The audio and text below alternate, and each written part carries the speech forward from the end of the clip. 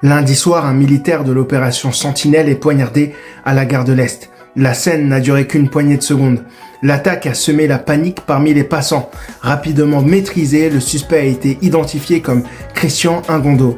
Cette agression soulève de nombreuses interrogations sur la sécurité dans les lieux publics. Un suspect avec un passé lourd, Christian Ingondo, déjà coupable d'un meurtre en 2018, est rapidement interpellé et transféré en psychiatrie. Né à Kinshasa, il avait été jugé irresponsable pénalement à l'époque. Son hospitalisation obligatoire n'a pas empêché sa libération ultérieure. Son passé criminel n'était pas inconnu des autorités.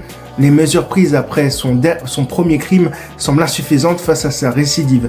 Pourquoi était-il en liberté? Jugé irresponsable en 2018, il avait été hospitalisé plutôt qu'incarcéré. Les juges avaient abandonné les charges contre lui en 2020. Cela soulève des questions sur l'efficacité des mesures de suivi des individus dangereux.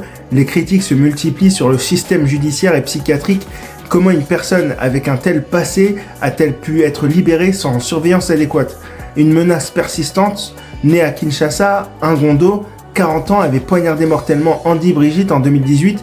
Il avait accusé sa victime de l'avoir bousculé. Ce geste gratuit avait conduit à son hospitalisation psychiatrique. Son comportement imprévisible et violent pose un problème de sécurité publique.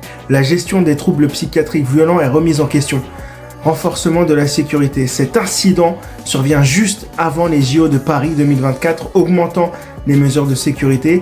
La capitale se prépare à accueillir des milliers de visiteurs. Les autorités promettent des contrôles renforcés pour éviter de telles tragédies. À l'avenir, la sécurité des citoyens et des visiteurs est désormais une priorité absolue. Dis-moi ce que t'en penses en commentaire.